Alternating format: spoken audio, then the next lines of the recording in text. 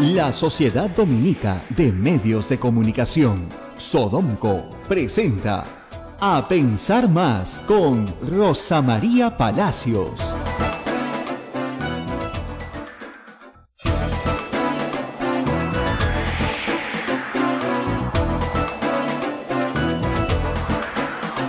De la mañana, 00 minutos. Amigos, bienvenidos. Esto es A Pensar Más. Hoy lunes 31 de julio del año 2017. El apéndice del mes de julio, ¿no? Terminó julio. ¿Qué tal fin de semana? Bueno, espero que para todos ustedes hayan sido unas muy felices fiestas y hayan tenido 4 días de descanso, sobre todo los que trabajan en el sector público. En cambio, para nosotros, como siempre digo, 28 de julio es el peor día del año. Sí. Y no les digo, pues, 29, que hay que transmitir también casi todo el día. Así que contentos, agotados, pero contentos. Acá estamos de regreso para tratar de regresar a la normalidad, ¿no?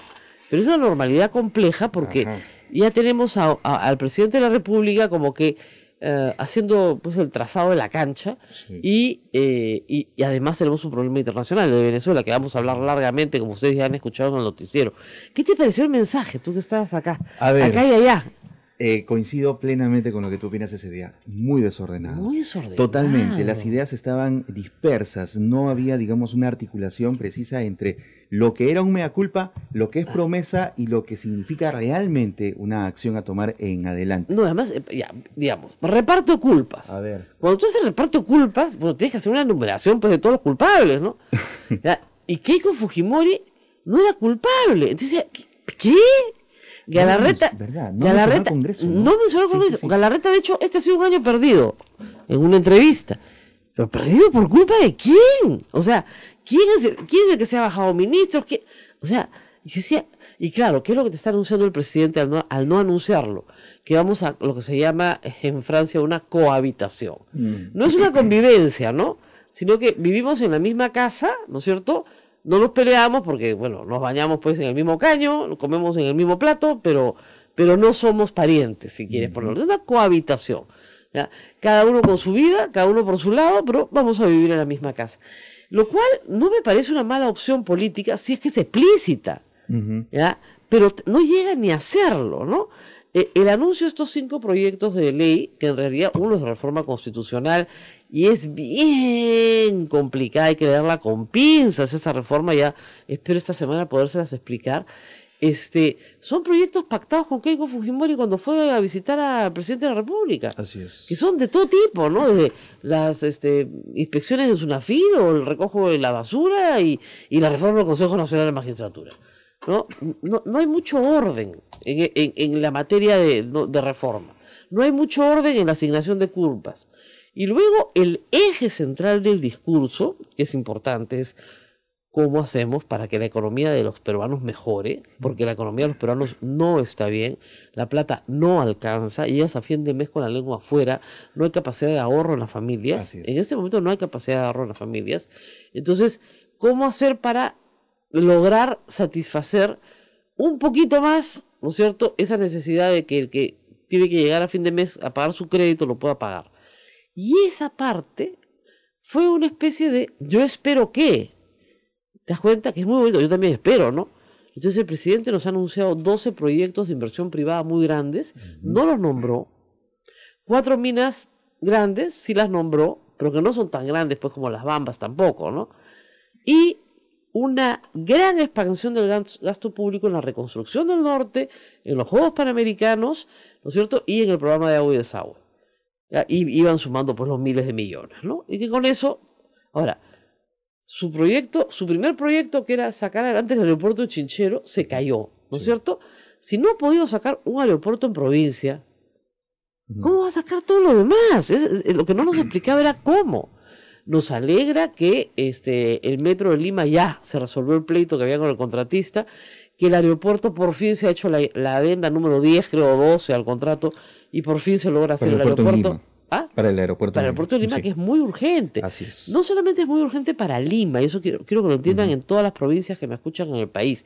Si tú estás saliendo, por decirles, no sé, de Arequipa a Lima, y te sientan 45 minutos en el avión porque no hay pista de aterrizaje en Lima, entonces tú en Arequipa tienes un problema también. Tú en Cusco, en Tacna, en Moquegua, donde estés, vas a tener un problema porque no hay pista despejada en Lima. Y lamentablemente hoy en el Perú no tenemos todavía un sistema que no pase por Lima. Porque yo podría viajar, por ejemplo, de Chiclayo a Arequipa, sin pasar por Lima. Claro. ¿Ya? Ese servicio no hay.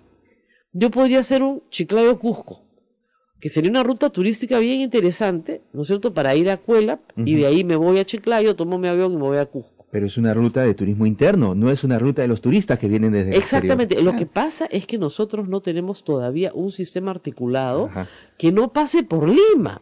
Entonces, mientras no lo tengamos, necesitamos un aeropuerto mucho más grande en Lima, porque si no tenemos pasajeros. A mí me ha pasado en el último año estar sentada, no se imaginan, en Puerto Maldonado, en Arequipa, en Cusco, en Piura, en Trujillo. Tenemos que esperar un momento porque no nos dan pase en Lima. Y claro, si el avión despega y no lo deja de aterrizar, va a estar dando vueltas en el aire por gusto, gastando gasolina por gusto, es un disparate. Entonces, tiene que tener la autorización. Y como digamos, el vuelo más largo que tenemos en el Perú es a Iquitos, que es 2 horas, casi todos los demás vuelos son de 1 hora. Entonces, no es que el avión despega, ya tiene que tener pista de aterrizaje. Claro. ¿Ya? Entonces, sí, la verdad es que eso me parece que es parte de las promesas del presidente que nos animan, ¿no? Pues esos son miles de puestos de trabajo, eso es crecimiento. Porque además un tema de la crítica al gobierno de Humala, que es lo que piden desesperadamente los fujimoristas y los apristas. No sé por qué le tienen tanta rabia, pero en fin. Y lanza 2, que la recaudación ha bajado y que le dejaron 50.000 puestos de trabajo contratados. Y ahí hay 2 problemas. Inmediatamente Luis Alberto Arias, ex jefe de SAT y también de SUNAT, salió a decir, oye, esas no son las cifras, ¿ah? La recaudación no ha bajado.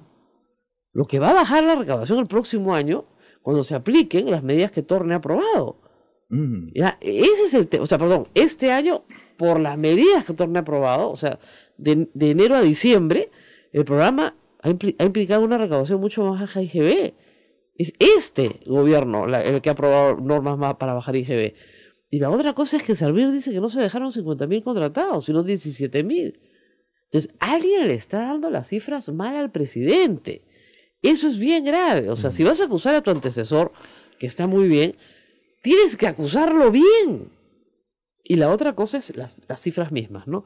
Yo escuché en una entrevista en radioprogramas, un enfoque de los sábados, a Martín Vizcarra hace 2 semanas, decir que el gobierno había creado 1 millón, ¿no es cierto?, había beneficiado a 1 millón de personas con agua y desagüe, solo en este gobierno. Una gran noticia, ¿no es cierto? El presidente dice que para diciembre van a ser 710.000. Entonces, se nos perdieron 290.000 personas, se nos perdieron. Entonces, o es 1 millón o es 710.000. Pero un poco de rigor con las cifras. Me parece muy bien. O sea, lo que están diciendo es que se ha expandido la oferta de agua y desagüe para, no sé, pues, de los 8 millones que no tienen ya, o 7 millones que no tienen ya, es el 10%. Pero no puedes decir, y en 10 años cubrimos la brecha, por ejemplo, o la vamos a cubrir en este gobierno. Pero no puedes jugar con los números así, porque ¿qué pasa? Cuando tú juegas con los números, por eso los periodistas somos tan pesados con los números, pierdes credibilidad. Claro. Es como si yo les dijera ahorita, hay 20 muertos en Venezuela. No hay 20 muertos, pues. Hasta esta hora, la máxima información que tenemos, yo ya tengo 15 de la mañana. Sí, 15. Sí. Anoche terminamos en 10, hoy día en 15. ¿Por qué? Porque no es lo mismo 10 que 20, pues. Ay, pues 10 son muchos muertos, por cierto. ¿No es cierto? Y no es lo mismo 40 que 400. No es lo mismo. Entonces, la falta de rigor en el mensaje a mí me ponía, la verdad que de muy mal humor, porque a mí me gusta que las cifras estén perfectamente claras. El libro que ha entregado el presidente es aburridísimo. No se imaginan lo aburrido que es. ¿Ya? No, o sea, tiene un montón de fotos y eso lo hace entretenido, ¿ya? Pero miren, nadie se va a leer eso con calma.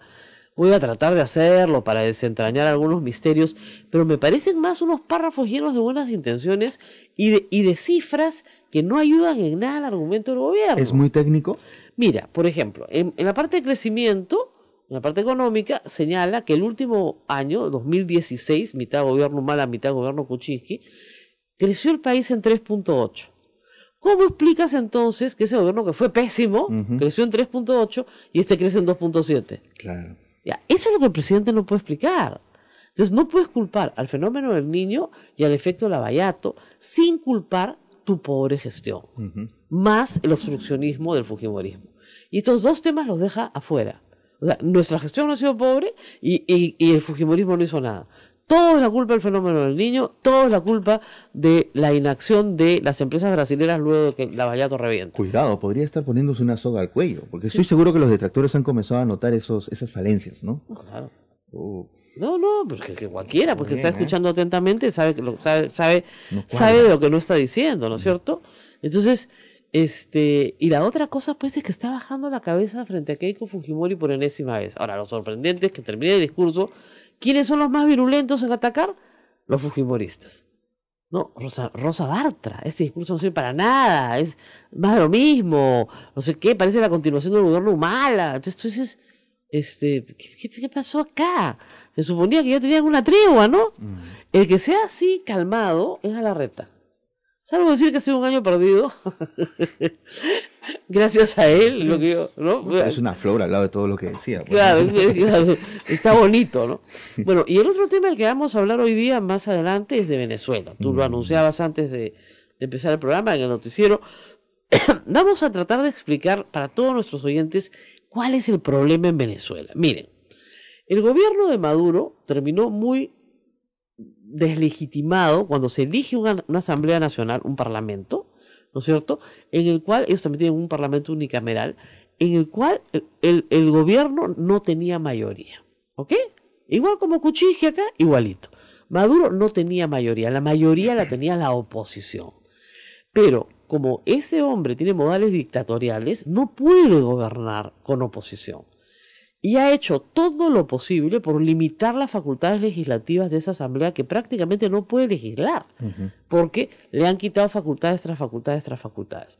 Pero ya en el colmo, digamos, ¿no es cierto?, de la desesperación y frente a una oposición que hace 4 meses protesta en las calles justamente porque no permiten, ¿no es cierto?, que la asamblea legislativa, y además porque ya les dio un golpe de Estado varias veces, ha retrocedido, porque no permiten que la asamblea legisle y tenga sus funciones normales. Maduro se le ocurre la gran idea de convocar una asamblea constituyente. En teoría, eso es en teoría, un poder constituyente, ¿no es cierto?, subsume los poderes constituidos. Por lo tanto, una vez que nombras a una asamblea constituyente, se disuelve la Asamblea Nacional. Muy bien, pero ¿qué pasa con esta asamblea constituyente? No se ha elegido como se ha elegido a la Asamblea Nacional, sino se ha elegido con las Maduro Rules, o sea, las reglas de Maduro. Entonces, de hecho, no. Ahora no va a ser por circunscripciones geográficas, sino por los barrios que él controla, las municipalidades que él controla, y tiene 545 delegados, que son delegados de circunscripciones que él controla o de gremios que él controla. Entonces, por lo tanto, es su asamblea constituyente. Esto a todas luces es un fraude organizado en menos de 3 meses. En protesta contra ese fraude, la oposición organiza un referéndum voluntario que no es organizado por ningún sistema electoral, al cual asisten más de 7 millones de personas. Para no quedarse atrás, Maduro anoche anuncia, a través de la señora famosa Tibisay, que es la jefa del organismo electoral, que ellos han logrado reunir más de 8 millones de personas. Ya, no se sabe si son votos, porque se votaba doble, o personas. Y las cifras en toda esta discusión, como ustedes comprenderán, son bien inciertas. De los dos lados. O sea, lo primero que muere en una guerra es la verdad. Entonces, en Venezuela en este momento hay una guerra y la verdad está lejos de ser reportada con firmeza porque no la sabemos. O sea, el organismo electoral de Venezuela es absolutamente inconfiable. O sea, no se puede confiar en él. Ahora, ustedes dirán, ¿qué sustenta el poder de Maduro entonces? Tiene en este momento una coalición de gobiernos en Latinoamérica que están anunciándole que no van a reconocer esa asamblea constituyente como poder estatal. Y se lo ha dicho México, se lo ha dicho Colombia, Panamá, Perú, que lidera este grupo, y los Estados Unidos. Perú está llamando a reunión de cancilleres para la próxima semana de emergencia para hablar de este tema. Y no sabemos si van a aplicar finalmente la Carta Democrática o no. Hay un pacto entre todos los países de la OEA para intervenir en situaciones de este tipo. Entonces, por supuesto, Estados Unidos, en un acto de enorme torpeza, el jefe de la CIA ha anunciado pues sanciones contra los venezolanos, con lo cual le ha dado discurso a Maduro. Pero de nuevo, ¿en qué sustenta su poder Maduro? En las Fuerzas Armadas. Toda dictadura se sustenta en las Fuerzas Armadas. Las Fuerzas Armadas están a su lado, se dice que son sumamente corruptas, que Maduro ha podido corromperlas más, de tal manera que estas Fuerzas Armadas absolutamente corruptas desconocen la Constitución y la ley, y lo que reconocen es el poder del dinero en el cual sustentan hoy su apoyo a Maduro. Entonces, ese es el tema de fondo. Estamos hablando de corrupción. Por supuesto, no se ha explicado nada de lo de Odebrecht en Venezuela, porque durante el gobierno de Chávez y de Maduro se calcula que han coimeado por más de 96 millones de dólares. Eso no lo explica Maduro, por cierto. Y además, tenía unas cifras acá alucinantes. Tienen 720% de inflación. Y su crecimiento este año, ¿ustedes saben de cuánto es? Menos 12%, menos 12%, cifras del Fondo Monetario Internacional, porque ese es otro problema, trabajar con cifras en Venezuela ahorita es casi imposible. Hay encuestas que le dan 80-85% de repudio a Maduro. Entonces, con el 80% de repudio popular, tú deberías estar yendo a tu casa, ¿no? Pero se sostiene en el apoyo militar. Y lo que hemos visto ayer es unas ciudades militarizadas y batallas campales, gente armada, mucha gente armada que termina en enfrentamientos a tiros, y anoche se reportaban 10 muertos, hoy en la mañana la cifra ascendía a 15 en un reporte que he escuchado en RPP.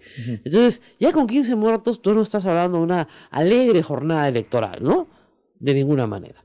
Vamos a una pausa y volvemos. Esto es A Pensar Más con Rosa María Palacios. Sodomco, Sociedad Dominica de Medios de Comunicación.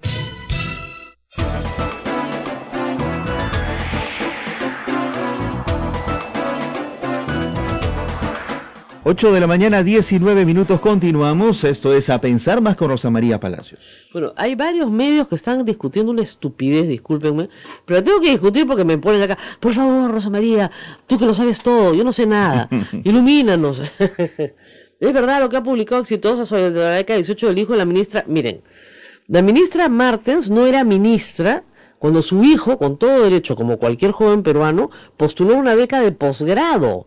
No a la beca 18, que es para gente que no tiene plata, sino a la beca Presidente de la República. Vas a Pronavec, te presentas. Si cumples con los requisitos, te la dan. Si no cumples con los requisitos, no te la dan. Como no cumplía con los requisitos, no se la dieron. Esa es toda la noticia. Lo que pasa es que hay una funcionaria que han despedido, que alea que la han despedido por esa razón.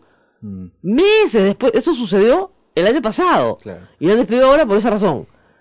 Y obviamente estos periodicuchos, pues, discúlpenme, ya no está Juan Carlos Tafur, tienen que vender cualquier cosa, ¿no? Pero no merecen ni el más mínimo comentario, ¿no? Cualquier joven peruano mayor de edad, y mamás ponen como si los hijos fueran, pues, retrasados mentales, ¿no? La ministra hizo postular. No, postula, pues. O sea, todo el mundo hace que sus hijos tomen sus propias decisiones, ¿no? Y si no toman sus propias decisiones, no los has criado bien, pues, ¿no? Así de fácil. Hizo postular una maravilla. No era ministra, el hijo no estaba postulando a beca 18, todo mal. Ni es beca 18, ni era ministra, ni era un menor de edad. Y por último no la agarró tampoco. Y por último no la agarró. Pues, ¿qué clase de noticia es esa? ¿Ya? En fin. Bueno, estamos con Fernando Rospiglioso en la línea telefónica para comentar el mensaje presidencial. Fernando, muy buenos días. Buenos días, Rosa María. Bueno, primera pregunta. La ausencia de mención a todo obstruccionismo de Keiko Fujimori y su bancada durante el mensaje, ¿te hace pensar que se inicia un periodo de cohabitación?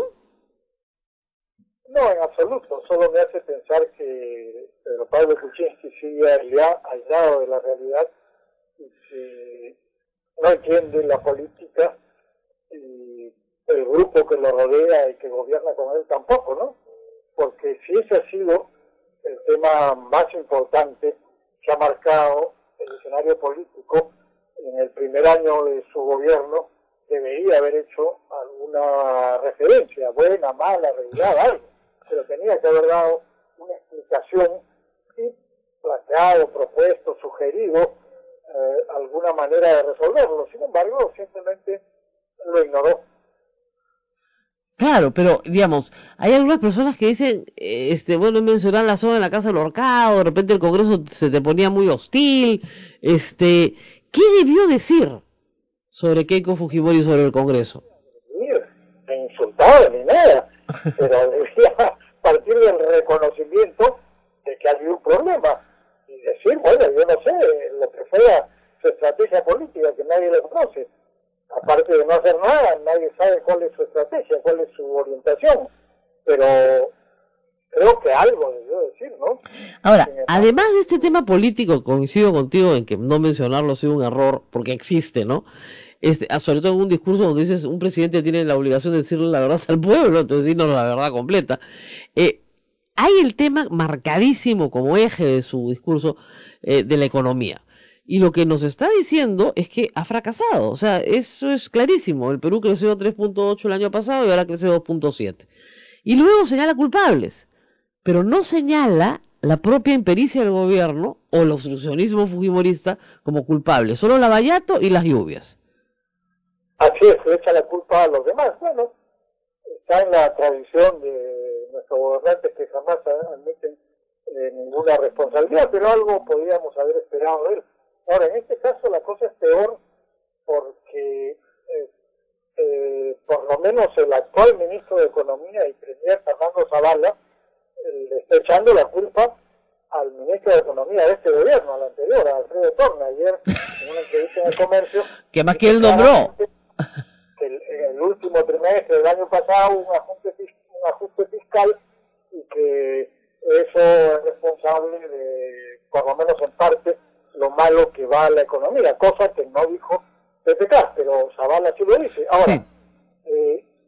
Eso es increíble porque el presidente de la República ha sido ministro de Economía, el premier ha sido ministro de Economía, y entonces ellos no se dieron cuenta de que el ministro Torne, al cual ahora le echan la culpa, estaba haciendo algo que según ellos es malo, no son un equipo, no sabían, o sea, está bien que pueden haberse no dado cuenta algo que iba mal en la agricultura, pero en economía, viendo si ellos, ministros de Economía, no se dieron cuenta de que Torne, según ellos dicen ahora, estaba haciéndolo mal.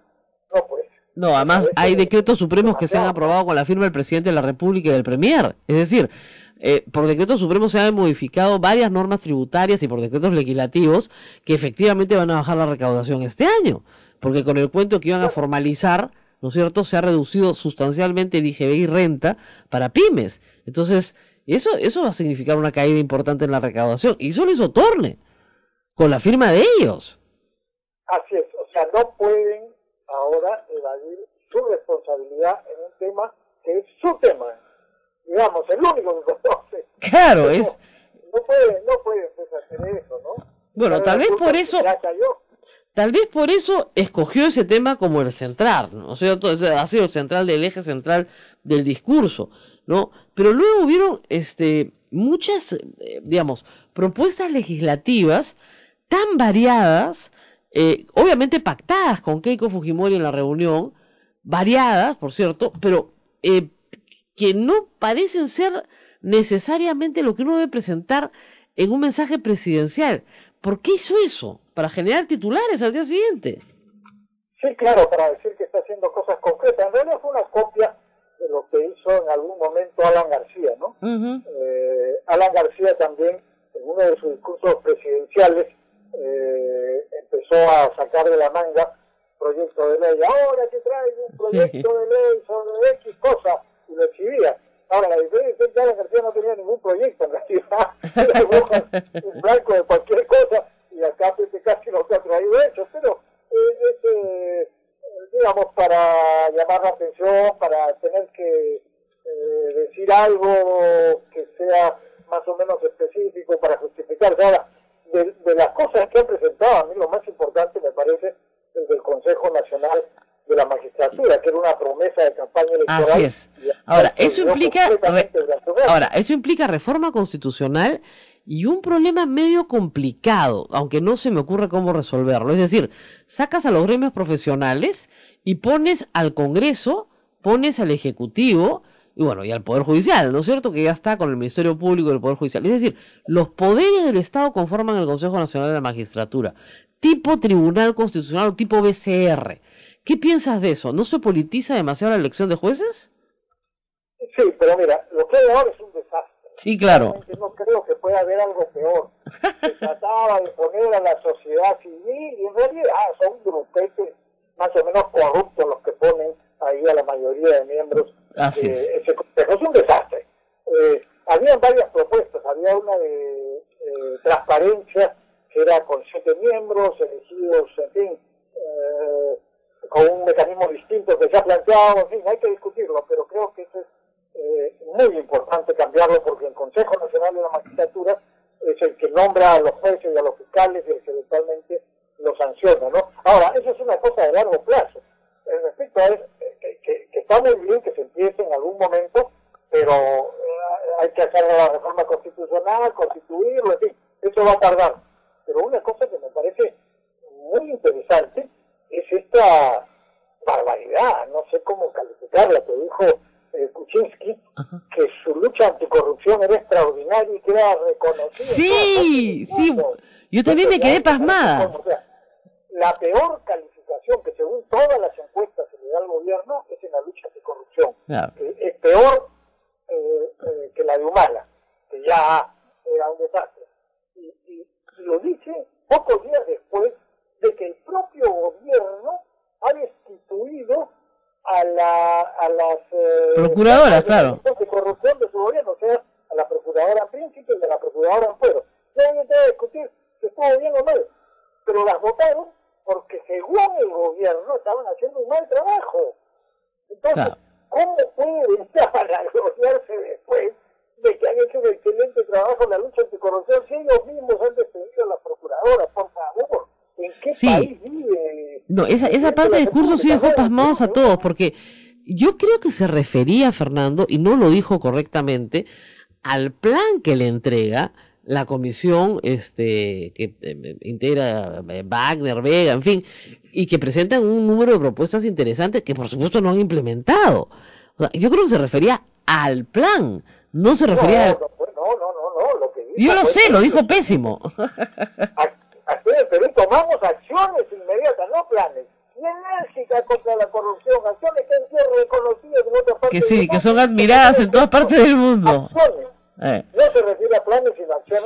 Sí, no, sí. O sea, está bien ser un poco optimista, pero estar tan desapegado de la realidad ya es un exceso, ¿no? Porque como digo, no es que los críticos, los opinólogos, como ellos dicen, no. La inmensa mayoría de la población, según la encuesta de datos, según la cuenta de ellos, dice que lo peor es la lucha anticorrupción. Que la verdad es que está pésima. Que la verdad es que está pésima, eso estamos todos de acuerdo. Bueno, Fernando, muchísimas gracias por estar con nosotros unos minutos aquí en A Pensar Más. Y nos le vamos despidiendo, pero regresamos para hablar del tema de Venezuela, por supuesto, con nuestros oyentes. Volvemos. Gracias, Rosa. Gracias a ti.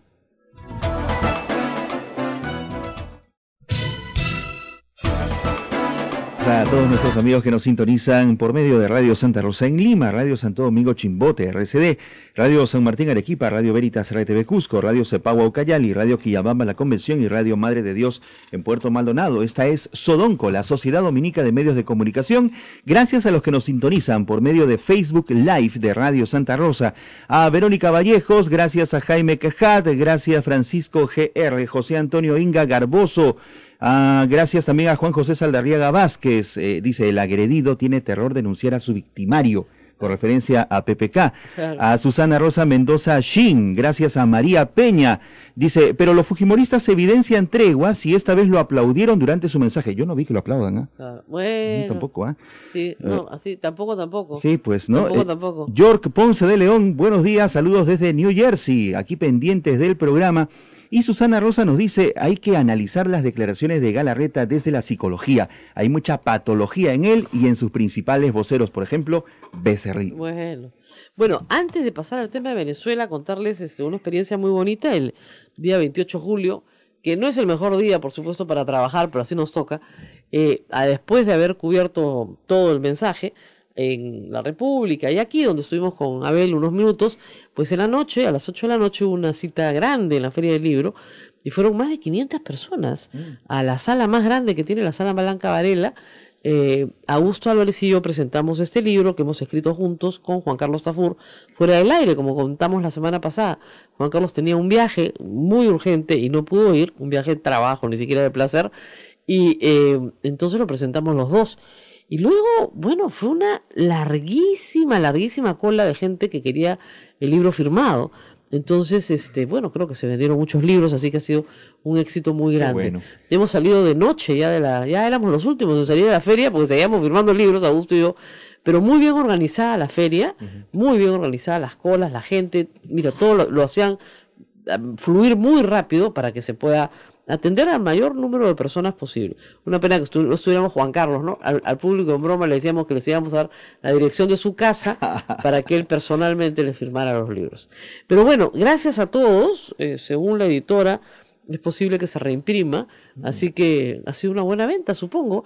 Y hay algunas personas que se quejan en provincias y dicen que no ha llegado, en Amazon, que todavía no se vende. Fíjense, yo soy una pobre autora, estas cosas las ve la editora, la editorial. Y también que algunas librerías no lo tienen. Yo presumo que como esto entró a la feria recién el 27, o el 26 en la noche, yo creo que esto va a comenzar a moverse ya esta semana, ¿no? Antes de que lo pirateen, ciertamente. Pero bueno, vamos al tema de Venezuela. The Economist, la revista prestigiosísima, The Economist, pone en portada Venezuela en caos, Venezuela en el caos. ¿Qué es lo que el mundo puede hacer? What the world should do. Entonces, el tema aquí es que ya el caso venezolano no solamente es un caso interno, sino es un caso que importa al mundo. Y estamos en la línea telefónica en esta oportunidad con Francisco Belaúnde Matosian, internacionalista y que justamente ha seguido de cerca el desenlace de los hechos en Venezuela. Francisco, muy buenos días. Hola, Rosa María, ¿qué tal? Bueno, ¿cómo describirías la situación en Venezuela? Un presidente que ha convocado a la bestia a una asamblea constituyente, dice que ha ganado, que han ido 8 millones de personas y que instala su asamblea constituyente y al diablo con el imperialismo yanqui, la CIA y todos los que se lo quieren bajar. ¿Es sostenible esto en el tiempo? No, yo creo que no. Esto es claramente una especie de fuga hacia adelante, ¿no? O sea, es un régimen que definitivamente no quiere soltar el poder, ¿no? Es un poco una figura, guardando, claro, las distancias, ¿no? Pero es un poco la figura de regímenes como el de Siria o el de Libia, que contrariamente a lo que pasó en Egipto, pasó en Túnez, al final cayeron las dictaduras.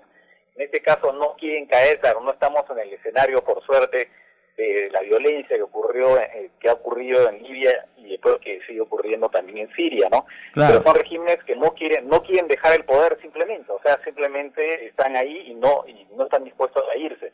Entonces, el escenario es de más violencia, ¿no? Obviamente, eso es lo que va a pasar, de más violencia, porque además con las muertes, la cantidad de muertos que han habido ayer, indica pues que esto va increciendo, ¿no? Ahora, en general, parece ser para los venezolanos que están adentro que esto no termina nunca. Estamos hablando de un régimen que va a cumplir 20 años en el poder, sustentado básicamente en el poder militar. Las Fuerzas Armadas apoyan decididamente a Maduro. Y mientras sigan apoyando a las Fuerzas Armadas a Maduro, no se ve una solución. No, exactamente, no se ve una solución y como dice, o sea, o sea, va a continuar, la oposición, no, en eso, lo que pasa es que probablemente lo que está pensando el régimen es que al final se va a cansar la oposición, como ha pasado en otras ocasiones, ¿no? Que digamos en que al final hubieron manifestaciones en otras oportunidades, pero al final la cosa quedaba ahí. Pero ahora ya no, ya hay un impulso, la indignación es tal que la oposición no está dispuesta a bajar los brazos. O sea, ya está anunciando nuevas manifestaciones, nuevas protestas, y entonces digamos, va a continuar, todo eso va a continuar, y además la comunidad internacional ahora, como tú decías, ya toma posiciones cada vez más duras, cada vez más países se están pronunciando, varios países han anunciado que no van a reconocer los resultados. Por otro lado, el Perú ha convocado una reunión de cancilleres de varios países latinoamericanos. Digamos, la cosa el régimen se hace ilusiones y cree que esto va a quedar como si no pasara nada, ¿no? Ahora, ¿qué puede hacer? El Perú ha convocado una reunión de cancilleres. ¿Qué puede hacerse desde fuera con este asunto? Mira, lo único ahí es la presión diplomática. Ahora hay la posibilidad también de que hayan sanciones, más sanciones. Estados Unidos ya ha anunciado, ¿no? Ahí hay una discusión en realidad, porque se pensó en algún momento que Estados Unidos podía decretar un embargo sobre las ventas de petróleo venezolano.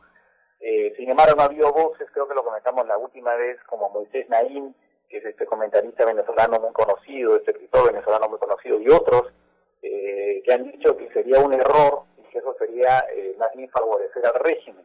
Entonces, no es claro todavía si es que Estados Unidos podría aplicar esa especie de sanción que se hace como una sanción máxima, ¿no? Porque ahí sí... Claro, pero digamos, el jefe de la CIA en los Estados Unidos le ha dado de comer pues a Maduro, diciendo que ya está negociando con México y con Colombia, ¿no?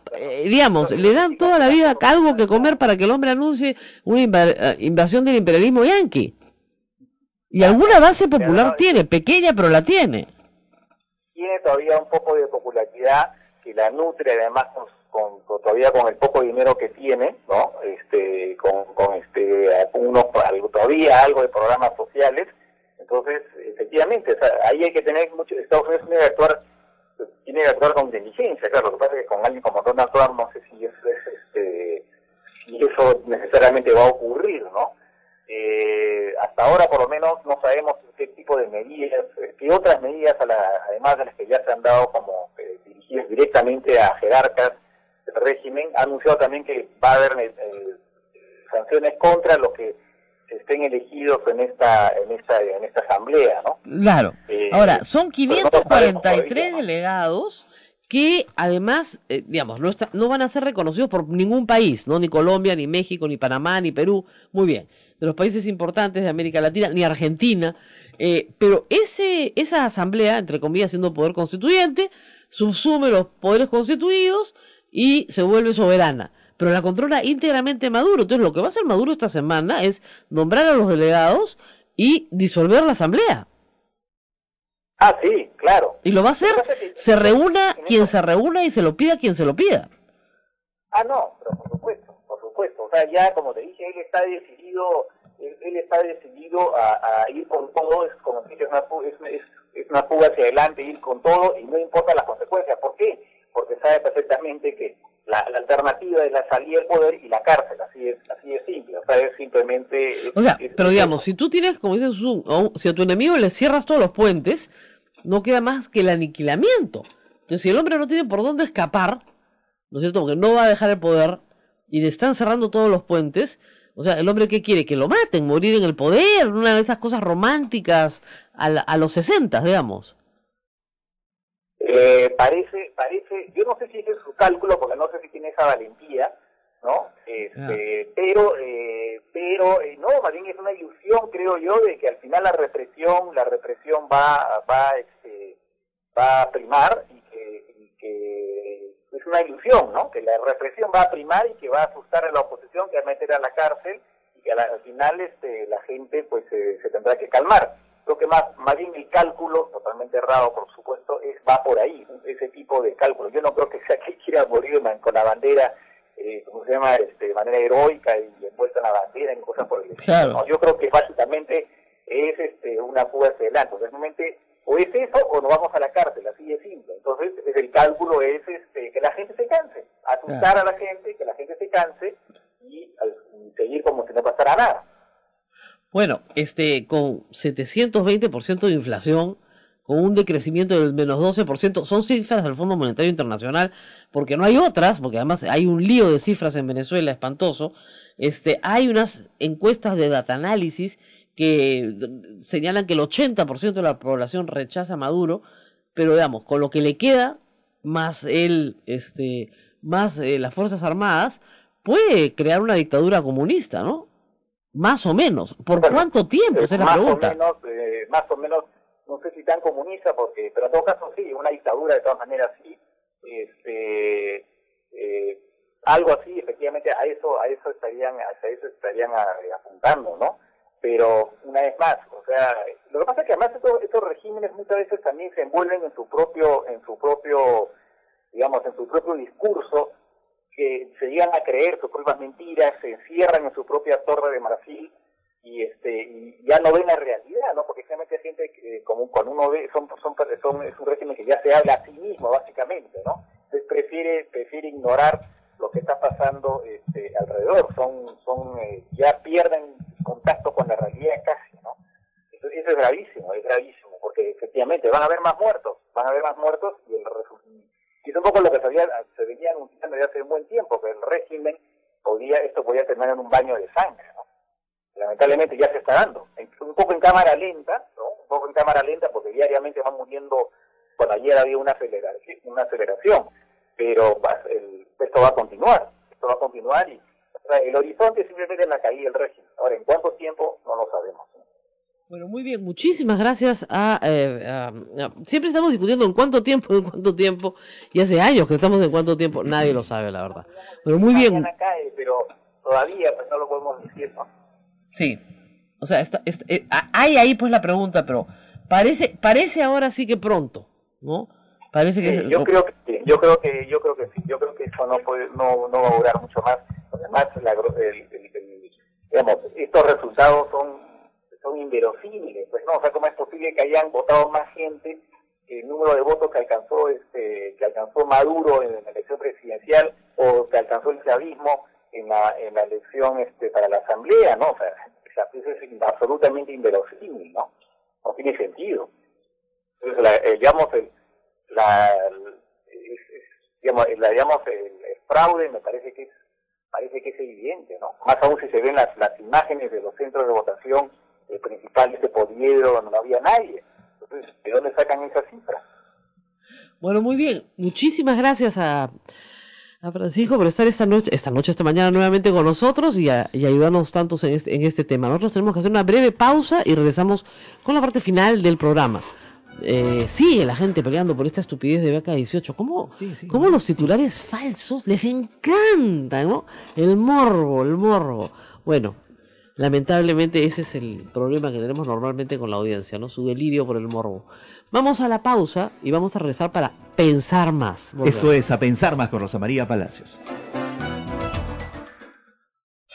8 de la mañana, 50 minutos. Rosa María y la Segunda Sala Penal de Apelaciones llevará a cabo hoy la audiencia sobre la prisión preventiva del expresidente Ollanta y su esposa Nadine Heredia. Así es, hay que explicar varias cosas. Hoy no se resuelve nada. Uh-huh. Entonces todos los que crean que hay una gran noticia, pues te van a tener que esperar días o semanas. La sala se puede pronunciar cuando le dé la gana. Lamentablemente no hay un plazo formal, pero en realidad nunca se respeta. Uh-huh. Así que los alegatos que ustedes van a escuchar son muy parecidos a lo que ya escucharon los que lo escucharon, no tuvieron paciencia de escuchar, cuando se discutió en la audiencia de prisión preventiva. Esa maratónica tarde, exactamente. Noche van a escuchar más o menos lo mismo en resumidas cuentas, porque además la sala les puede poner límite de tiempo, tanto al fiscal, que es el que sale a defender la medida, como a los abogados de Ollanta y su esposa.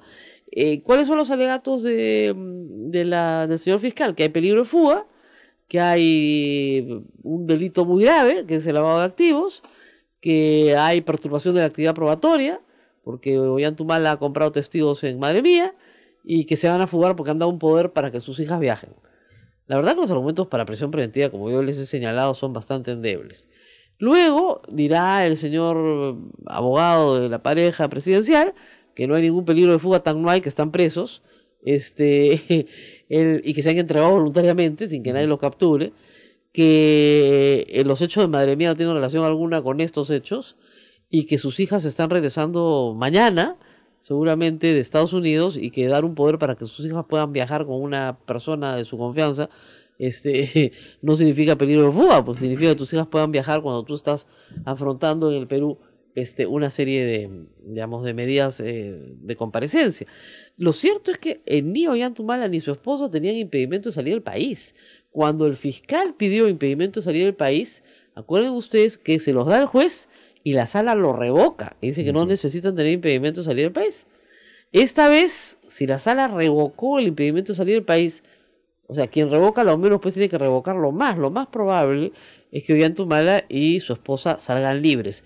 Reitero, si es que la justicia peruana fuera predecible, es decir, si lo que hicieron antes lo vuelven a hacer ahora, pero en el Perú nada es predecible. Y Ollanta y su esposa se pueden pasar 18 meses sin acusación fiscal, porque todavía no hay acusación fiscal, y salieron los 18 meses porque ni siquiera los acusaron. Y eso no es broma, le ha pasado a otras personas, ¿ah? O sea, no son el único caso. Lamentablemente hay jueces acá que regalan prisiones preventivas sin cumplir los requisitos de ley, que son concurrentes, es decir, tienen que concurrir todos juntos. Pero bueno, ustedes saben que yo cada vez que explico la ley me insultan, así que no sé qué ley expliqué la semana pasada también. Digamos, las normas de huelga, ¿no? También, ¿para qué expliqué? Insulto y medio. Bueno, hay normas, pues señores, hay normas, para todo hay normas. Bueno, acabo de decirles una cosa importante a todos los tuiteros, ¿no? Cuando te metes con los hijos, mejor vean Game of Thrones para ver qué pasa. Es una pésima forma de hacer política utilizar a los hijos. A mí me ha pasado, por eso lo digo. ¿Por qué? Porque eso sí te pone mal humor. O sea, que se metan contigo no hay ningún problema, pero que se metan con tus hijos es otra cosa. Todo joven peruano, de cualquier edad y condición social, tiene derecho a postular a la beca Presidente de la República, que es una beca de excelencia, que es una beca para los más altos puestos, ¿ok? Tienes que estar en más del tercio superior, tienes que cumplir unos requisitos muy grandes, y es para estudiar en universidades extranjeras muy caras. Para eso se hace. Hay algo así como 100 becas al año, una cosa para ir a Harvard, para ir a Stanford, para ir a Yale, que normalmente una familia de clase media no puede pagar. O sea, es para todos, ¿ya? ¿Qué le hacen a la ministra Martens? Primero dicen que la ministra presentó a su hijo a beca 18. Primero, no era ministra. Segundo, no era beca 18. Y tercera, la ministra no lo presentó. El chico era grandecito, era mayor de edad. Todo el titular es falso. Todo es falso. Pero así se hace plata, pues, en el Perú. Así se hace plata en el Perú. Pero, ¿qué pasó? Este chico se presenta, no cumplió los requisitos, o no llegó, pues, al puesto necesario en el concurso que se hizo, y no le dieron ninguna beca. ¿No es cierto? O sea, cualquiera puede pedir lo que me pone acá, pero para eso se hace una selección. Y no la ganó. Un año después votan a una funcionaria por una beca, Dios sabe por qué razones, y la mujer alega que la votan porque no calificó al hijo de la señora Martens. No, pues. O sea, ya pues. Te votaron por otra razón, que de repente es irrepetible, ¿no? Entonces, que se investigue. Y que investiguen a tus hijos, pues, que también se presentaron a la beca y no le dieron la beca. O sea, de verdad, la verdad. Este ambiente punitivo hace que cualquier persona decente se aleje lo máximo posible de cualquier relación con el Estado peruano. Aún para una beca de estudios, ¿ah? Mejor lo más lejos posible. Porque esta gente es de lo peor, pero de lo peor. ¿Qué cólera cuando se meten con los hijos? No sé, es gente, cualquier cosa, ¿no? La beca Presidente de la República, obviamente no postula el pariente de los funcionarios, pero ella no era ministra, no era viceministra, no era funcionaria, ¿ya? Y sabiendo, permitió que postular, oiga, perdón, los hijos mayores de edad hacen lo que les da la gana, entérese, señor. Si usted tiene un hijo de 25 años, ¿no es cierto?, y se va de su casa y quiere hacer una maestría en Timbuktu, usted permitió que hiciera, no, usted no permitió nada. ¡Qué barbaridad!, ¿no? O sea, los hijos mayores de edad trabajan donde les da la gana y hacen lo que les da la gana porque la ley se los permite. La ley solo obliga al padre de familia a pagar una educación al hijo cuando sigue con éxito profesión u oficio. Así lo dice el Código Civil. Y no más allá de los 27 años, por si acaso, ¿ah? No hay. O sea, no hay estudiantes eternos. A los 27 dicen muchas gracias, mamita, ya estudia sola. ¿Ok? Entonces, por amor de Dios, qué ganas de hacer noticia de tontería. Otra tontería. Nombraron embajadora en Irlanda a Carmen McEvoy, que estuvo aquí con nosotros el otro día. Me parece muy bien, la doctora McEvoy es realmente una ilustre peruana, una gran historiadora, diciendo McEvoy, me imagino que es irlandesa, porque mi apellido McBride viene de Irlanda. Hay una parte de Escocia, pero sobre todo de Irlanda. El Mac viene también de Irlanda. Muchos creen que el O viene de Irlanda, que viene también, pero hay varios Macs también en Irlanda. Bueno, y nombraron a Susana de la Puente embajadora en Londres y Escocia, me parece. Concurrente para Escocia. Y por supuesto un escándalo, la puerta giratoria. Susana de la Puente nunca ha trabajado para el Estado peruano. Siempre ha trabajado para el sector privado. Efectivamente, participó en el salvataje del Banco Vice, la procesaron por eso y terminó siendo absuelta y todo el caso archivado. Hace 10 años. No le cae a mucha gente en el sector, ¿qué les puedo decir? De los opinólogos, porque sí, pues, tiene un estilo que no les gusta. Pero ha sido la jefa, en algunos momentos jefa de campaña de Pedro Pablo Kuczynski, y ha sido una gran recaudadora de dinero en el sector privado para la campaña de Pedro Pablo Kuczynski. Porque además eso es lo que sabe hacer, es banquera, ¿no? Entonces la mandan a Londres para que esté lejos, ya no, ahí no hará lobby, ¿no es cierto? Y estará contenta. ¿Cuál es el problema? El presidente de la República puede nombrar embajador a quien le dé la gana, eso sí es ilimitado. Y ha nombrado embajadores a amigos de Alan García y nadie se ha quejado. Al señor Iberico, que milita en el partido de Acuña y nadie se ha quejado, ¿no es cierto? Al ex jefe de campaña o asesor de imagen de Alan García, el señor Hugo Otero, en Ecuador, que es un puesto clave, y nadie se ha quejado. Cada vez que yo digo que eso son una ofrenda política, García Belaúnde me escribe por WhatsApp incendios, no sé cómo me insulta, ¿ya? Pero son ofrendas políticas, pues. O sea, eso es lo que son embajadores políticos. Hay dos clases de embajadores, los que hacen carrera y los que no. Y siempre hay un porcentaje de embajadores que son, finalmente, pago de favores, ¿ya?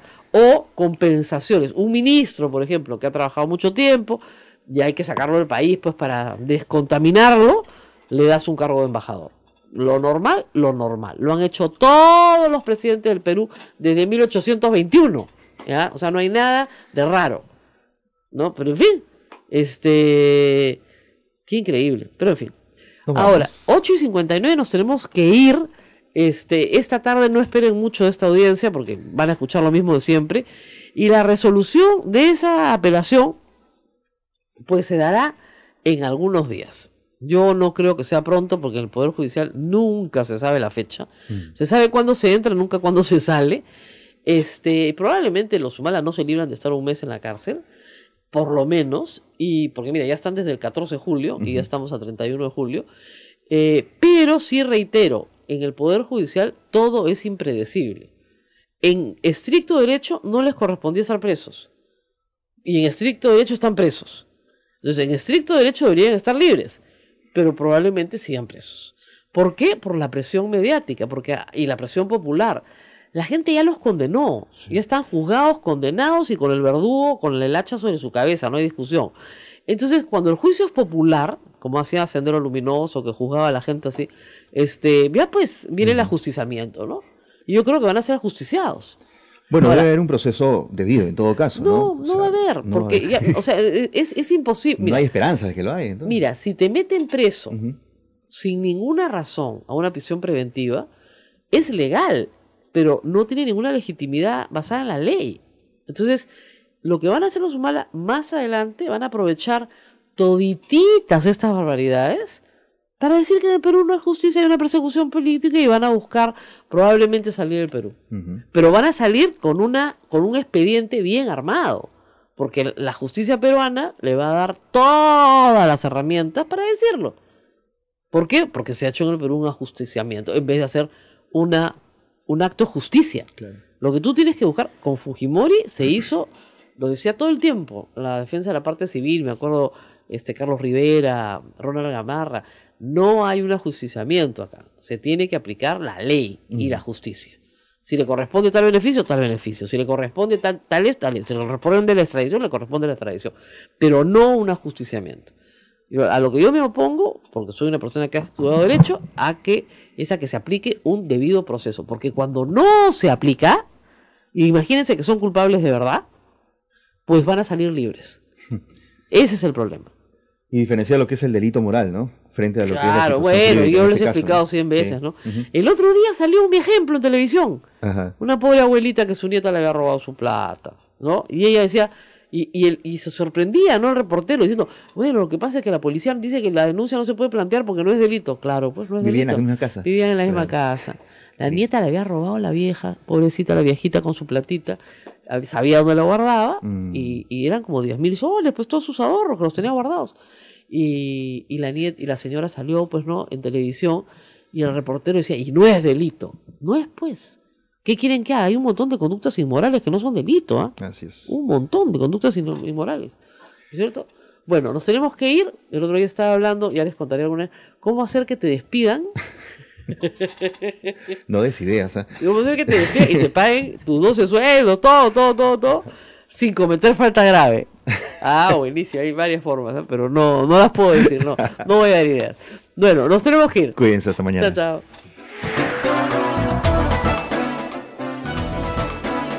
Hasta aquí, A Pensar Más con Rosa María Palacios.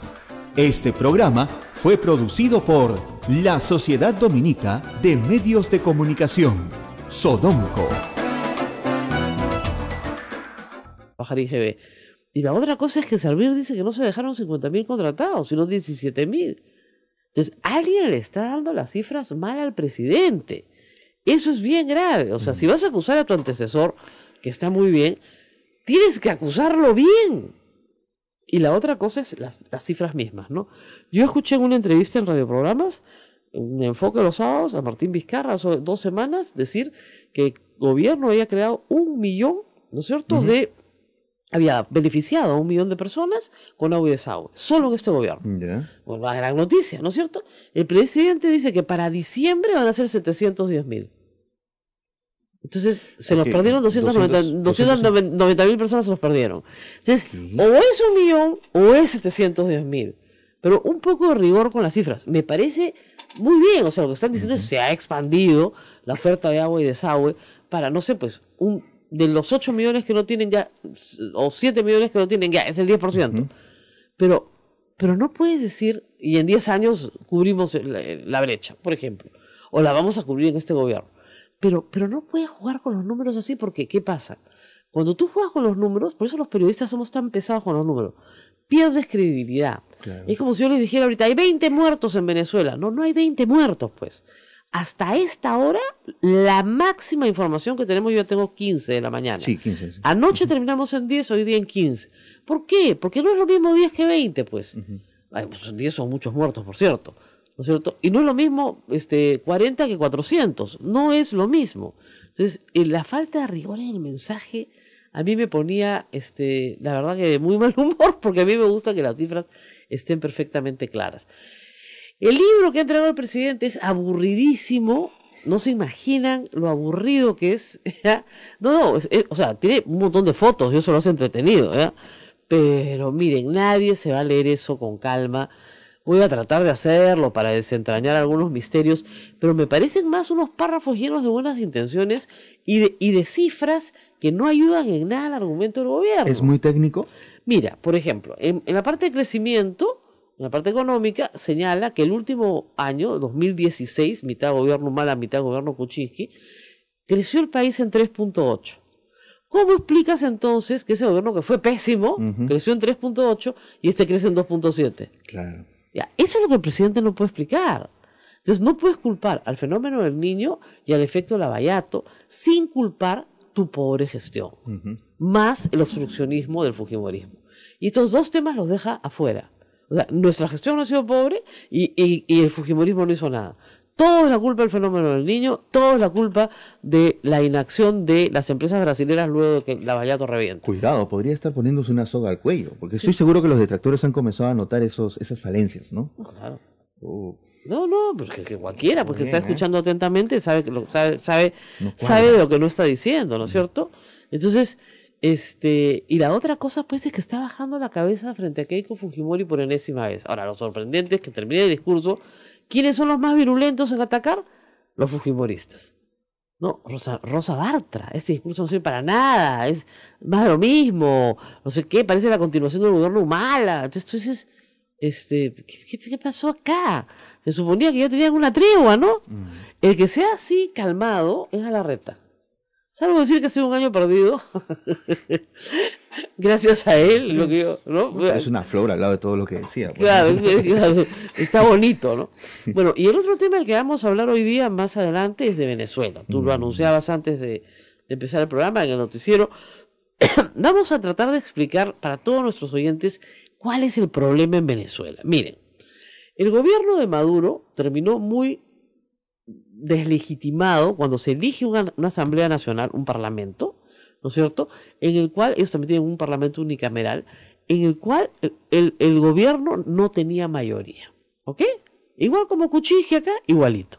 Maduro no tenía mayoría, la mayoría la tenía la oposición. Pero como ese hombre tiene modales dictatoriales, no puede gobernar con oposición. Y ha hecho todo lo posible por limitar las facultades legislativas de esa asamblea que prácticamente no puede legislar, porque le han quitado facultades tras facultades tras facultades. Pero ya en el colmo, digamos, ¿no es cierto?, de la desesperación y frente a una oposición que hace 4 meses protesta en las calles justamente porque no permiten, ¿no es cierto?, que la asamblea legislativa, y además porque ya les dio un golpe de Estado varias veces, ha retrocedido, porque no permiten que la asamblea legisle y tenga sus funciones normales. Maduro se le ocurre la gran idea de convocar una asamblea constituyente. En teoría, eso es en teoría, un poder constituyente, ¿no es cierto?, subsume los poderes constituidos. Por lo tanto, una vez que nombras a una asamblea constituyente, se disuelve la Asamblea Nacional. Muy bien, pero ¿qué pasa con esta asamblea constituyente? No se ha elegido como se ha elegido a la Asamblea Nacional, sino se ha elegido con las Maduro Rules, o sea, las reglas de Maduro. Entonces, de hecho, no. Ahora no va a ser por circunscripciones geográficas, sino por los barrios que él controla, las municipalidades que él controla, y tiene 545 delegados, que son delegados de circunscripciones que él controla o de gremios que él controla. Entonces, por lo tanto, es su asamblea constituyente. Esto a todas luces es un fraude organizado en menos de 3 meses. En protesta contra ese fraude, la oposición organiza un referéndum voluntario que no es organizado por ningún sistema electoral, al cual asisten más de 7 millones de personas. Para no quedarse atrás, Maduro anoche anuncia, a través de la señora famosa Tibisay, que es la jefa del organismo electoral, que ellos han logrado reunir más de 8 millones de personas. Ya, no se sabe si son votos, porque se votaba doble, o personas. Y las cifras en toda esta discusión, como ustedes comprenderán, son bien inciertas. De algunos lados, o sea, lo primero que muere en una guerra es la verdad. Entonces, en Venezuela en este momento hay una guerra y la verdad está lejos de ser reportada con firmeza porque no la sabemos. O sea, el organismo electoral de Venezuela es absolutamente inconfiable. O sea, no se puede confiar en él. Ahora, ustedes dirán, ¿qué sustenta el poder de Maduro entonces? Tiene en este momento una coalición de gobiernos en Latinoamérica que están anunciándole que no van a reconocer esa asamblea constituyente como poder estatal. Y se lo ha dicho México, se lo ha dicho Colombia, Panamá, Perú, que lidera este grupo, y los Estados Unidos. Perú está llamando a reunión de cancilleres para la próxima semana de emergencia para hablar de este tema. Pública ha sido ministro de Economía, el Premier ha sido ministro de Economía, y entonces ellos no se dieron cuenta de que el ministro Torne, al cual ahora le echan la culpa, estaba haciendo algo que según ellos es malo, no son un equipo, no sabían, o sea, está bien que pueden haberse no dado cuenta algo que iba mal en la agricultura, pero en economía, viendo si ellos, ministros de Economía, no se dieron cuenta de que Torne, según ellos dicen ahora, estaba haciéndolo mal, no pues. No, además hay decretos supremos que se han aprobado con la firma del presidente de la República y del Premier. Es decir, por decretos supremos se han modificado varias normas tributarias y por decretos legislativos que efectivamente van a bajar la recaudación este año. Porque con el cuento que iban a formalizar, ¿no es cierto?, se ha reducido sustancialmente el IGB y renta para pymes. Entonces, eso va a significar una caída importante en la recaudación. Y eso lo hizo Torne, con la firma de ellos. Así es, o sea, no pueden ahora evadir su responsabilidad en un tema que es su tema, digamos, el único que conoce. Claro, no, no pueden pues, hacer eso, ¿no? Bueno, tal vez por eso escogió ese tema como el central, ¿no? O sea, ha sido el central del eje central del discurso, ¿no? Pero luego hubieron muchas, digamos, propuestas legislativas tan variadas, obviamente pactadas con Keiko Fujimori en la reunión, variadas, por cierto, pero que no parecen ser necesariamente lo que uno debe presentar en un mensaje presidencial. ¿Por qué hizo eso? ¿Para generar titulares al día siguiente? Sí, claro, para decir que está haciendo cosas concretas. En realidad fue una copia de lo que hizo en algún momento Alan García, ¿no? Alan García también, en uno de sus discursos presidenciales, empezó a sacar de la manga proyecto de ley. Ahora que traigo un proyecto de ley sobre X cosa, y lo exhibía. Ahora, la diferencia es que Alan García no tenía ningún proyecto, en realidad, era hojas en blanco de cualquier cosa, y acá casi lo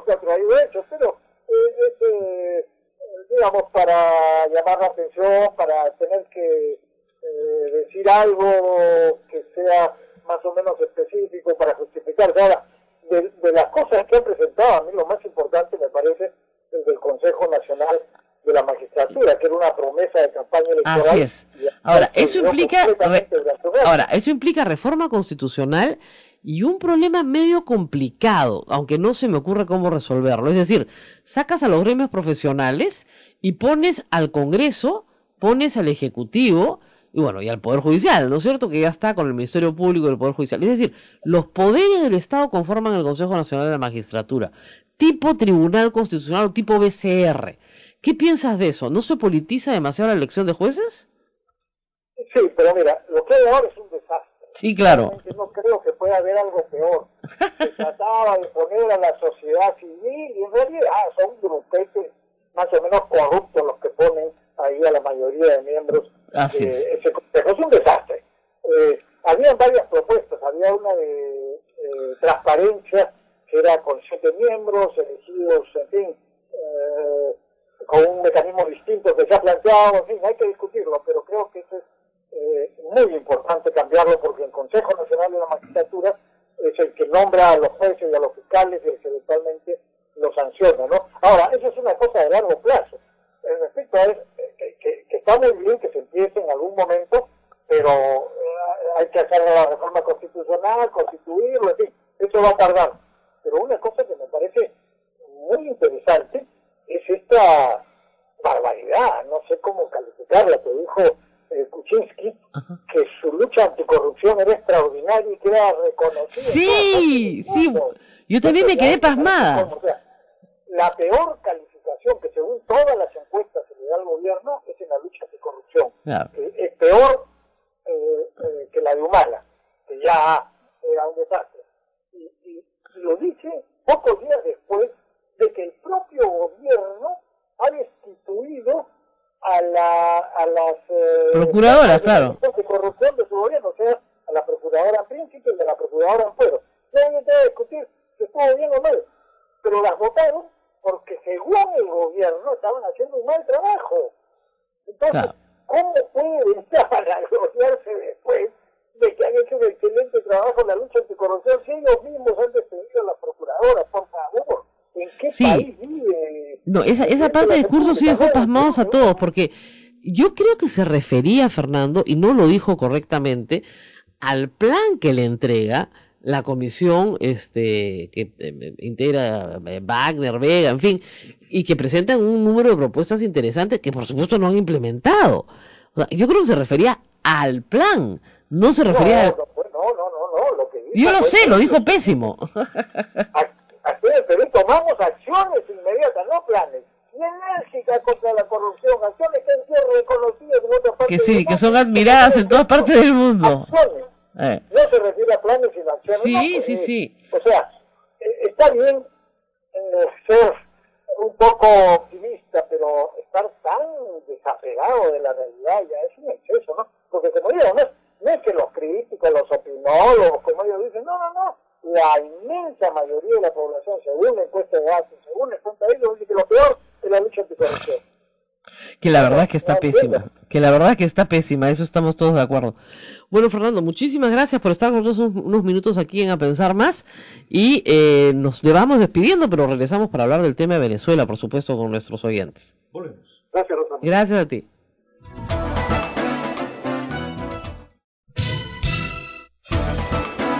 A todos nuestros amigos que nos sintonizan por medio de Radio Santa Rosa en Lima, Radio Santo Domingo Chimbote, RCD, Radio San Martín Arequipa, Radio Veritas RTV Cusco, Radio Cepagua Ucayali, Radio Quillabamba La Convención y Radio Madre de Dios en Puerto Maldonado. Esta es Sodonco, la Sociedad Dominica de Medios de Comunicación. Gracias a los que nos sintonizan por medio de Facebook Live de Radio Santa Rosa.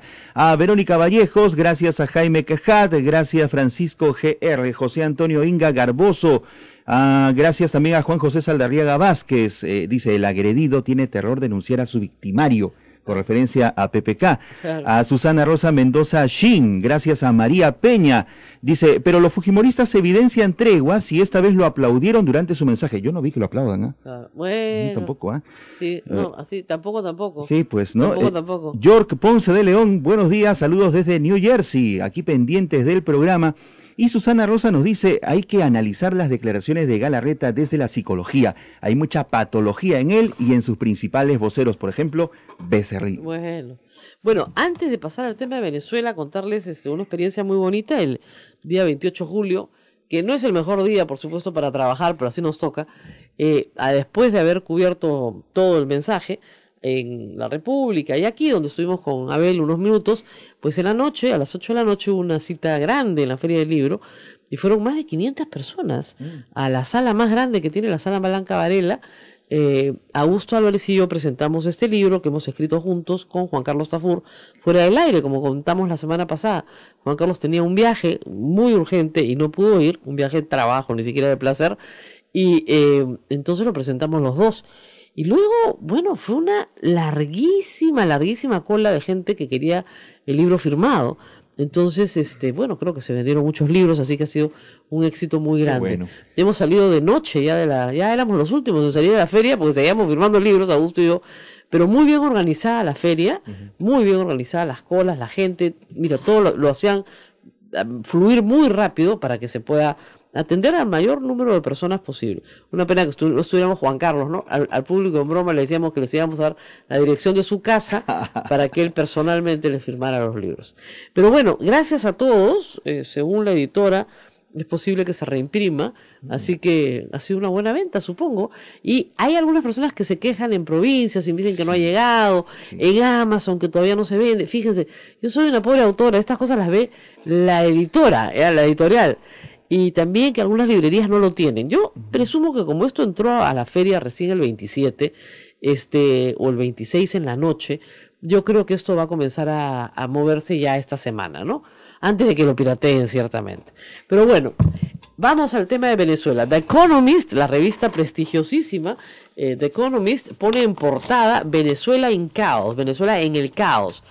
¿Qué es lo que el mundo puede hacer? What the world should do. Entonces, el tema aquí es que ya el caso venezolano no solamente es un caso interno, sino es un caso que importa al mundo. Y estamos en la línea telefónica en esta oportunidad con Francisco Belaúnde Matosian, internacionalista y que justamente ha seguido de cerca el desenlace de los hechos en Venezuela. Francisco, muy buenos días. Hola, Rosa María, ¿qué tal? Bueno, ¿cómo describirías la situación en Venezuela? Un presidente que ha convocado a la bestia a una asamblea constituyente, dice que ha ganado, que han ido 8 millones de personas y que instala su asamblea constituyente y al diablo con el imperialismo yanqui, la CIA y todos los que se lo quieren bajar. ¿Es sostenible esto en el tiempo? No, yo creo que no. Esto es claramente una especie de fuga hacia adelante, ¿no? O sea, es un régimen que definitivamente no quiere soltar el poder, ¿no? Es un poco una figura, guardando, claro, las distancias, ¿no? Pero es un poco la figura de regímenes como el de Siria o el de Libia, que contrariamente a lo que pasó en Egipto, pasó en Túnez, al final cayeron las dictaduras. En este caso no quieren caer, claro, no estamos en el escenario, por suerte, de la violencia que ha ocurrido en Libia y después que sigue ocurriendo también en Siria, ¿no? Claro. Pero son regímenes que no quieren dejar el poder simplemente, o sea, simplemente están ahí y no están dispuestos a irse. Entonces, el escenario es de más violencia, ¿no? Obviamente, eso es lo que va a pasar, de más violencia, porque además con las muertes, la cantidad de muertos que han habido ayer, indica pues que esto va increciendo, ¿no? Ahora, en general, parece ser para los venezolanos que están adentro que esto no termina nunca. Estamos hablando de un régimen que va a cumplir 20 años en el poder, sustentado básicamente en el poder militar. Las Fuerzas Armadas apoyan decididamente a Maduro. Y mientras sigan apoyando a las Fuerzas Armadas a Maduro, no se ve una solución. No, exactamente, no se ve una solución y como dije, o sea, o sea, va a continuar, porque la oposición no, en eso, lo que pasa es que probablemente lo que está pensando el régimen es que al final se va a cansar la oposición, como ha pasado en otras ocasiones, ¿no? Que digamos en que al final hubieron manifestaciones en otras oportunidades, pero al final la cosa quedaba ahí. Pero ahora ya no, ya hay un impulso, la indignación es tal que la oposición no está dispuesta a bajar los brazos. O sea, ya está anunciando nuevas manifestaciones, nuevas protestas, y entonces, digamos, va a continuar, todo eso va a continuar. Y además la comunidad internacional ahora, como tú decías, ya toma posiciones cada vez más duras, cada vez más países se están pronunciando, varios países han anunciado que no van a reconocer los resultados. Por otro lado, el Perú ha convocado una reunión de cancilleres de varios países latinoamericanos. Digamos, la cosa el régimen se hace ilusiones y cree que esto va a quedar como si no pasara nada, ¿no? Ahora, ¿qué puede hacer? El Perú ha convocado una reunión de cancilleres. ¿Qué puede hacerse desde fuera con este asunto? Mira, lo único ahí es la presión diplomática. Ahora hay la posibilidad también de que hayan sanciones, más sanciones. Estados Unidos ya ha anunciado, ¿no? Ahí hay una discusión en realidad, porque se pensó en algún momento que Estados Unidos podía decretar un embargo sobre las ventas de petróleo venezolano.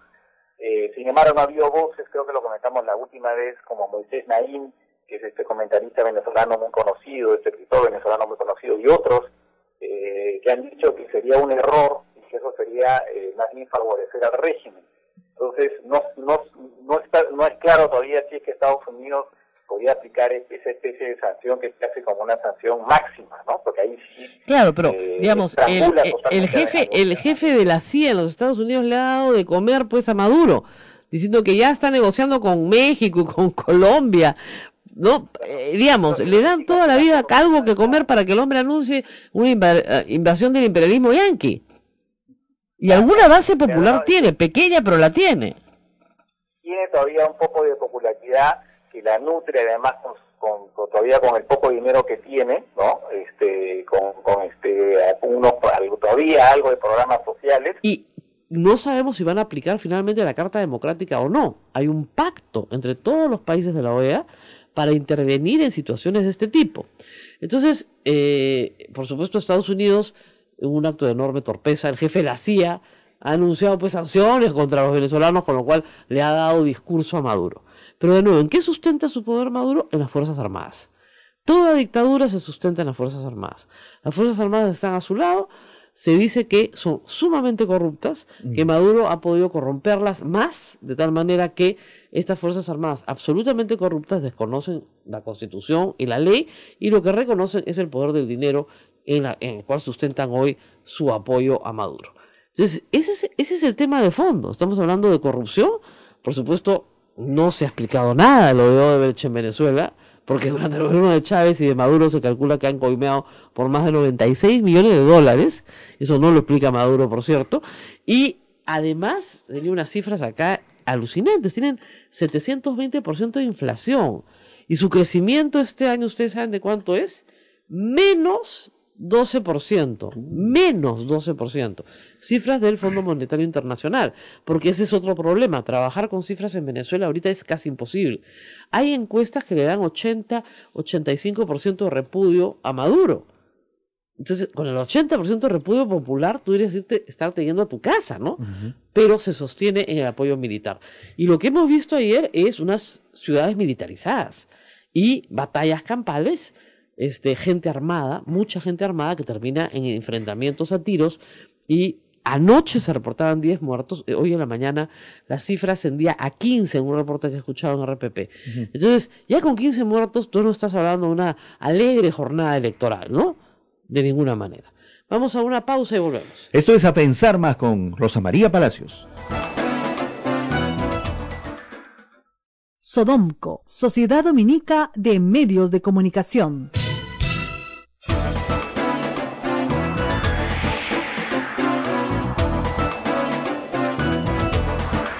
Ocho de la mañana, 19 minutos, continuamos. Esto es A Pensar Más con Rosa María Palacios. Bueno, hay varios medios que están discutiendo una estupidez, discúlpenme, pero la tengo que discutir porque me ponen acá. Por favor, Rosa María, tú que lo sabes todo, yo no sé nada, ilumínanos.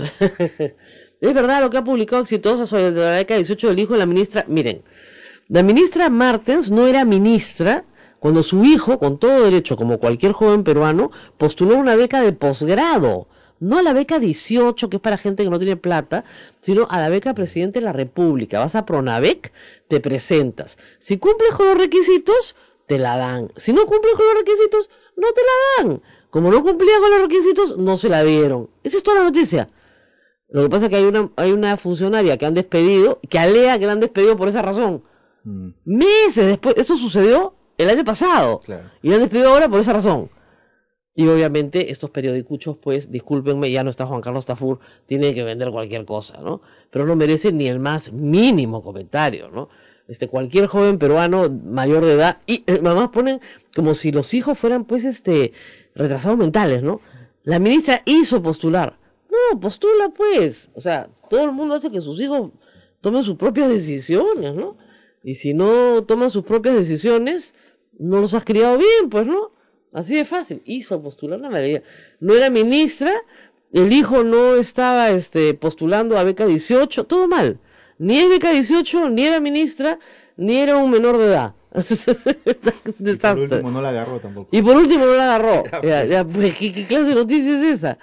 ¿Ya? En fin. Bueno, estamos con Fernando Rospiglioso en la línea telefónica para comentar el mensaje presidencial. Fernando, muy buenos días. Buenos días, Rosa María. Bueno, primera pregunta. La ausencia de mención a todo obstruccionismo de Keiko Fujimori y su bancada durante el mensaje, ¿te hace pensar que se inicia un periodo de cohabitación? No, en absoluto. Solo me hace pensar que Pedro Pablo Kuczynski sigue aislado de la realidad y que no entiende la política, y el grupo que lo rodea y que gobierna con él tampoco, ¿no? Porque si ese ha sido el tema más importante que ha marcado el escenario político en el primer año de su gobierno, debería haber hecho alguna referencia, buena, mala, regular, algo, pero tenía que haber dado una explicación y planteado, propuesto, sugerido alguna manera de resolverlo. Sin embargo, simplemente lo ignoró. Claro, pero digamos, hay algunas personas que dicen, bueno, mencionar la zona en la Casa del Horcado, de repente el Congreso se te ponía muy hostil, ¿qué debió decir sobre Keiko Fujimori y sobre el Congreso? Me insultaba ni nada, pero debía partir del reconocimiento de que había un problema y decir, bueno, yo no sé, lo que fuera su estrategia política, que nadie lo conoce. Aparte de no hacer nada, nadie sabe cuál es su estrategia, cuál es su orientación, pero creo que algo debió decir, ¿no? Ahora, además de este tema político, coincido contigo en que no mencionarlo ha sido un error, porque existe, ¿no? Sobre todo en un discurso donde dices, un presidente tiene la obligación de decirle la verdad al pueblo, entonces decirnos la verdad completa. Hay el tema marcadísimo como eje de su discurso de la economía. Y lo que nos está diciendo es que ha fracasado. O sea, eso es clarísimo. El Perú creció 3.8 el año pasado y ahora crece 2.7. Y luego señala culpables. Pero no señala la propia impericia del gobierno o el obstruccionismo fujimorista como culpables. Solo Lavallato y las lluvias. Así es, le echa la culpa a los demás. Bueno, está en la tradición de nuestros gobernantes que jamás admiten ninguna responsabilidad, pero algo podríamos haber esperado de él. Ahora, en este caso la cosa es peor porque por lo menos el actual ministro de Economía y Premier, Fernando Zavala, le está echando la culpa al ministro de Economía de este gobierno, al anterior, a Alfredo Torna, ayer en una entrevista en El Comercio. ¿Qué más que él nombró? Que en el último trimestre del año pasado hubo un ajuste fiscal y que eso es responsable de, por lo menos en parte, lo malo que va a la economía, cosa que no dijo PPK, pero Zavala sí lo dice. Ahora, sí. Eso es increíble porque el presidente de la República... La Sociedad Dominica de Medios de Comunicación, Sodomco, presenta A Pensar Más con Rosa María Palacios.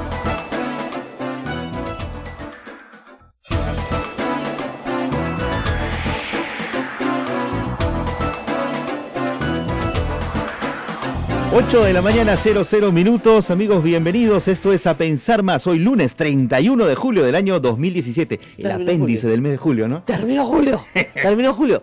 ¿Qué tal fin de semana? Bueno, espero que para todos ustedes hayan sido unas muy felices fiestas y hayan tenido 4 días de descanso, sobre todo los que trabajan en el sector público.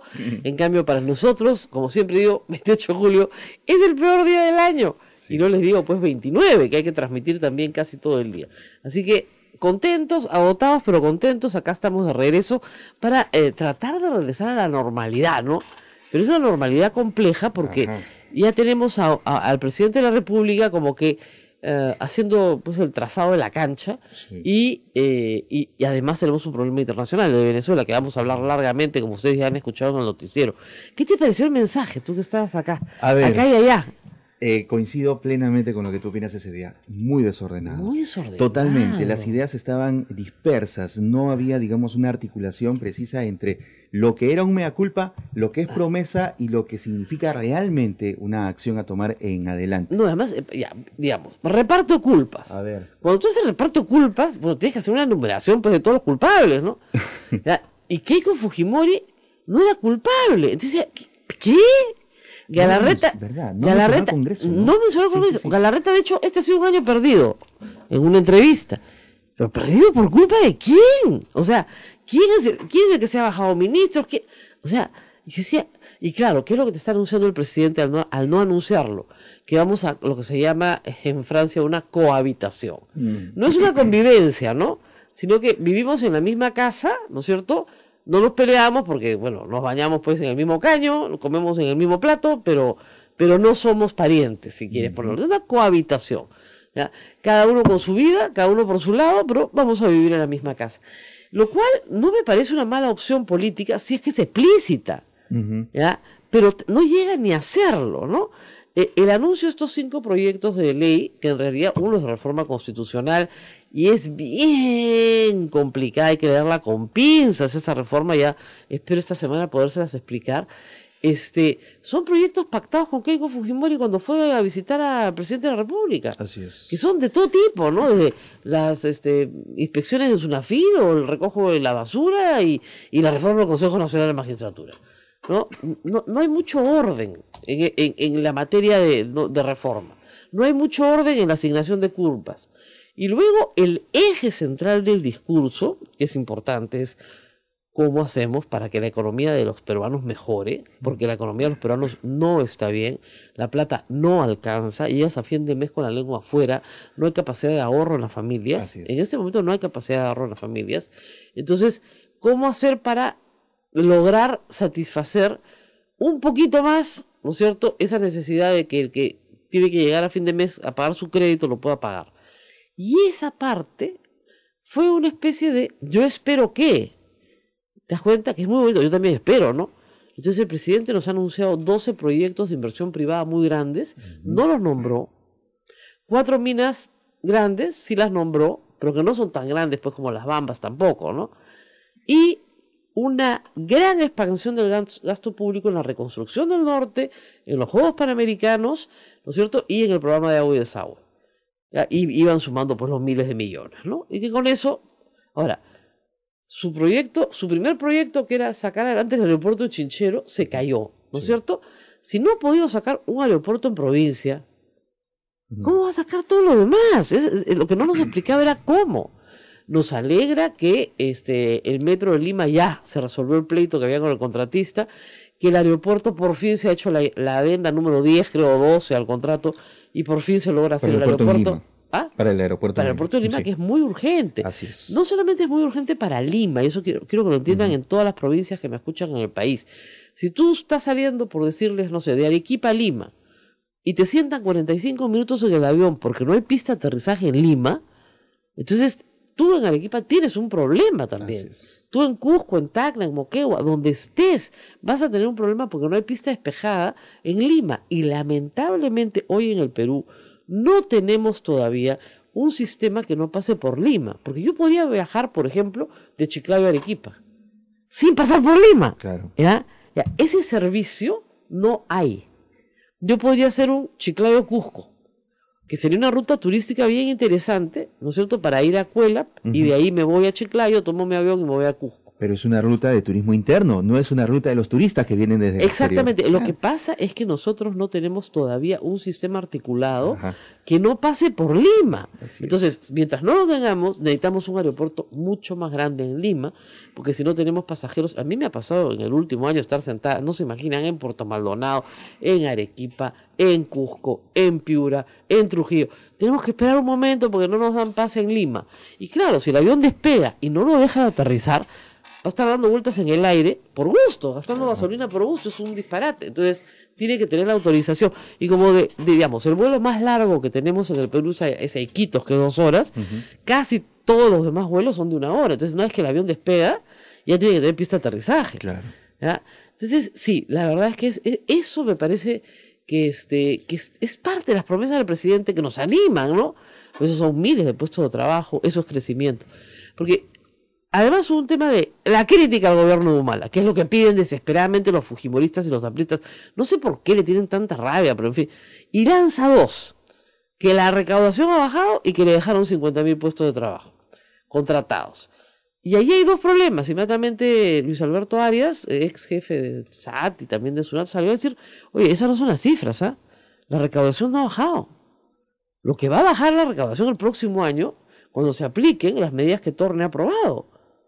¿Ya? Ese es el tema. O sea, perdón, este año, por las medidas que Torne ha aprobado, o sea, de enero a diciembre, el programa ha implicado una recaudación mucho más baja de IGB. Es este gobierno el que ha aprobado normas más para